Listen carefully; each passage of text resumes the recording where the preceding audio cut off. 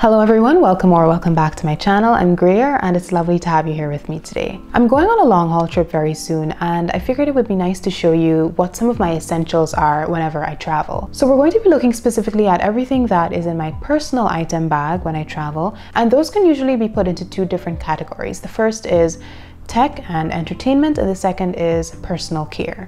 Typically when it comes to carry-on luggage, I will have a small rolling suitcase and I will complement that with my personal item bag, which is either usually a duffel or my backpack.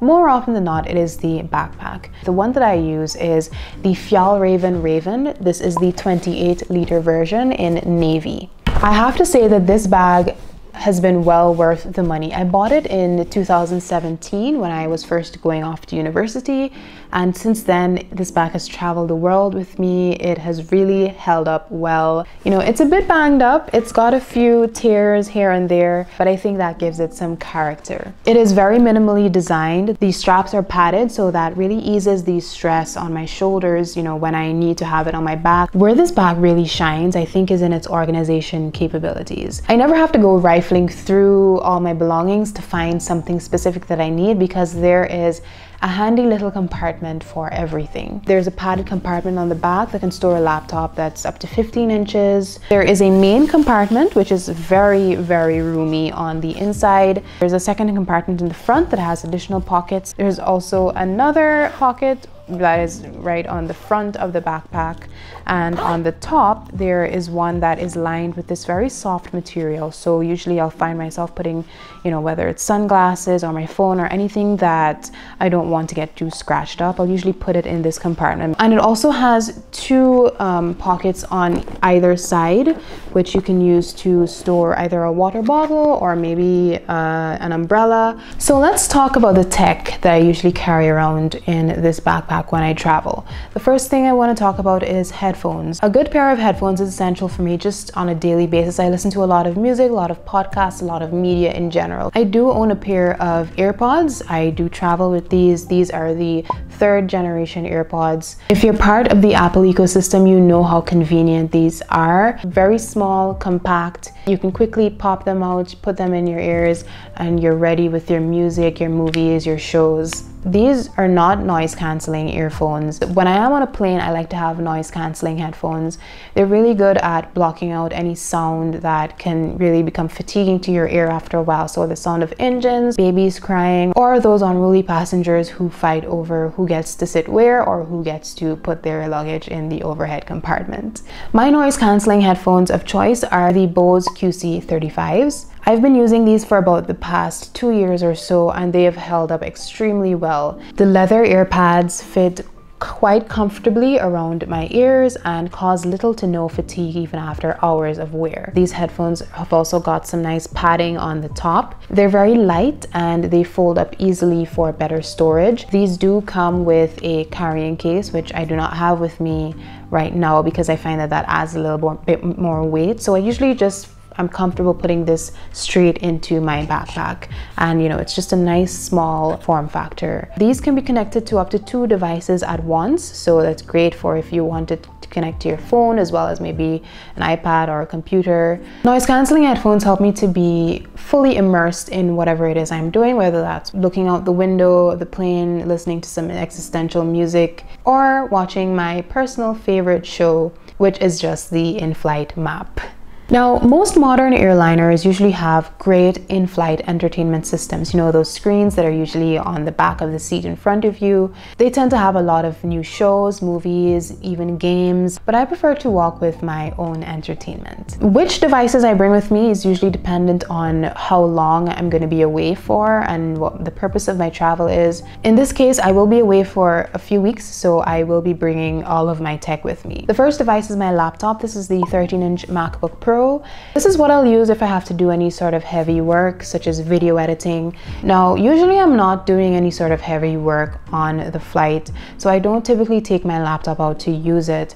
What I do use instead for watching movies and shows and just general entertainment purposes is my iPad. So this is the iPad Air 4. This is the 64 GB version in space gray. I have this Very convenient folio case that can be used for, you know, propping it up on the tray table so that I can watch my shows comfortably. There are just so many things that you can do on the iPad. I usually have all my movies and shows downloaded and ready to go on here. I sometimes use it to do Sudoku puzzles. I can also use this for reading through the Kindle app. Now, typically this is not my main reading device. I do love to have a physical book with me sometimes, but if I'm trying to reduce the amount of weight that I'm carrying around, I typically like to use my Kindle for reading. This is the Kindle Paperwhite, the 7th generation. I think for the purpose of travel, the Kindle really shines just because of the fact that you can have so many different books on just this small, light device.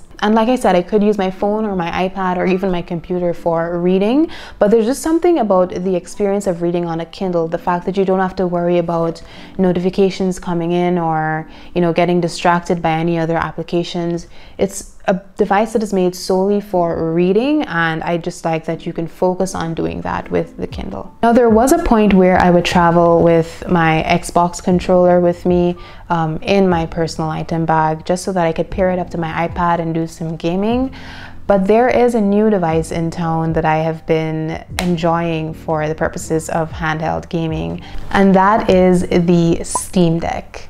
So this is the first time that I'm going to be traveling with the Steam Deck. It is no secret that this is a chonky boy. This is a sort of unwieldy device, especially when you consider the size and the heft of the case that it comes in. That does add a lot of bulk to it. But if I only had to travel with one gaming device, this would be it. I'm looking forward to testing out the battery life on this trip, as well as how convenient it is just to pull it out and get some gaming done. Whether it's to play different titles from Steam or to fire up some of my emulators and play some retro games on there. Now, I do have a Steam Deck video in the pipeline, so if you want to hear some more about my experience with this device so far, do remember to subscribe to the channel and hit the bell icon so that you can be notified when I post new content. Now, another thing that I like to travel with is a tech pouch. This is usually where I store all of my miscellaneous cables and any little small gadgets that I don't want to have strewn all over my bag.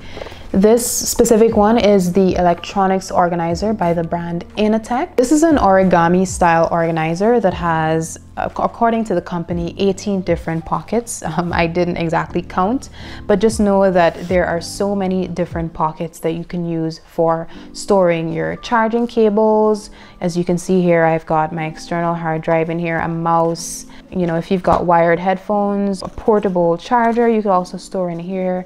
Typically, I'll take this out of my backpack and stow it either under the seat in front of me or in the seat pocket if it fits, so that I can have easy access to my charging cables or any other peripherals that I might find myself needing during the flight. Now, usually you can find power outlets for charging your devices within the airport at charging stations, and many different aircraft are often equipped with power outlets for that purpose. But I still think it's good for you to have your own power source that you can use whenever you're in a pinch. So I would recommend carrying a portable charger.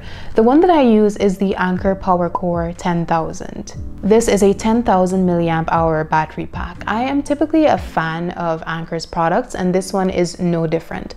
I've been using it since 2017, so it has been quite a while now with this power bank. And what I like about this one is that it's very small and compact.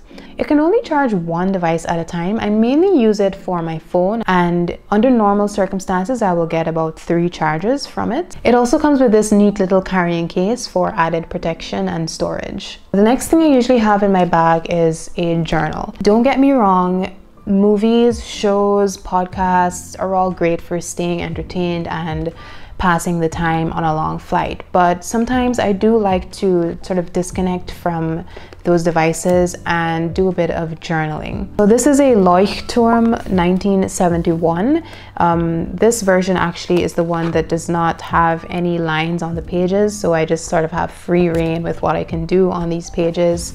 And of course I need to have a pen to write with. This one is the Pilot Precise V7. It is one of my favorite pens, and there is another one, I think it's the Uniball Signo, that I also use. I usually like to write about what I'm looking forward to on the trip, or generally just do a brain dump, because there's something about being 36,000 feet in the air that really makes you think about the wonders of life. So now we're going to move on to the personal care items that I travel with. And the first one is a water bottle. Generally, I drink a lot of water on a day-to-day basis, so I always have my water bottle with me, and I joke that it's like an emotional support item. It's important to stay hydrated when you travel, especially on longer flights where it can be easy to get dehydrated. In fact, studies have shown that the human body loses about 8 ounces of water per hour on an aircraft at altitude, mostly from breathing. The water bottle that I use is a hydro flask. There are a few adjustments that I made to this one. So the first is, you can see that there's sort of a rubber sleeve at the bottom here that just prevents it from making a lot of noise when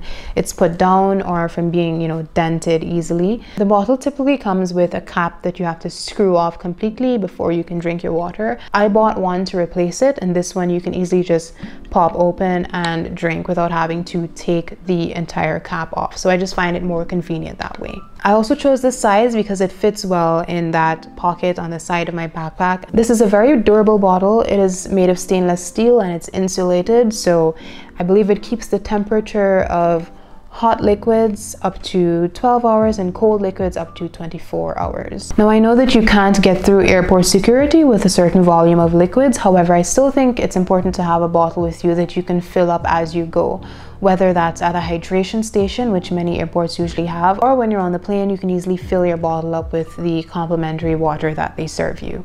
Now, there are some other personal care items that I like to have with me during the trip, especially on longer flights where you find yourself needing to go to the bathroom and freshen up every once in a while. So I like to have a small pouch with me with these items, usually some lip balm, a toothbrush and toothpaste, wipes for any surfaces, a bit of lotion and hand sanitizer, as well as masks. So lastly, we're going to be talking about food and snacks. Usually in the airport, prices tend to be a lot higher, mainly because airport vendors are banking on the fact that you're a passenger who can't exactly leave the airport and you're not going to be at your destination for a while. And in that time, you're probably going to get hungry or thirsty. I myself have fallen prey to these exorbitant prices. Usually I will have a meal on the plane, but in the event that there is no in-flight meal service, or it just so happens that I get hungry while I'm waiting on my flight or I'm in transit, I like to bring some sort of snack with me from home, whether that's a sandwich, some nuts, fruit, maybe some crackers. By bringing those items with me from home, not only am I saving money, but I'm also making sure that I have some sort of sustenance on me at all times, something that can give me energy and keep me going until I can have my next full meal. So those are some of my must-have essentials that I like to have on me whenever I travel, that just make the process a lot easier and more streamlined and more enjoyable. If you enjoyed this video, remember to leave a like, subscribe, comment, and let me know what some of your travel essentials are. Maybe there's something that I haven't thought of, or something that can be an alternative to one of the items that I mentioned.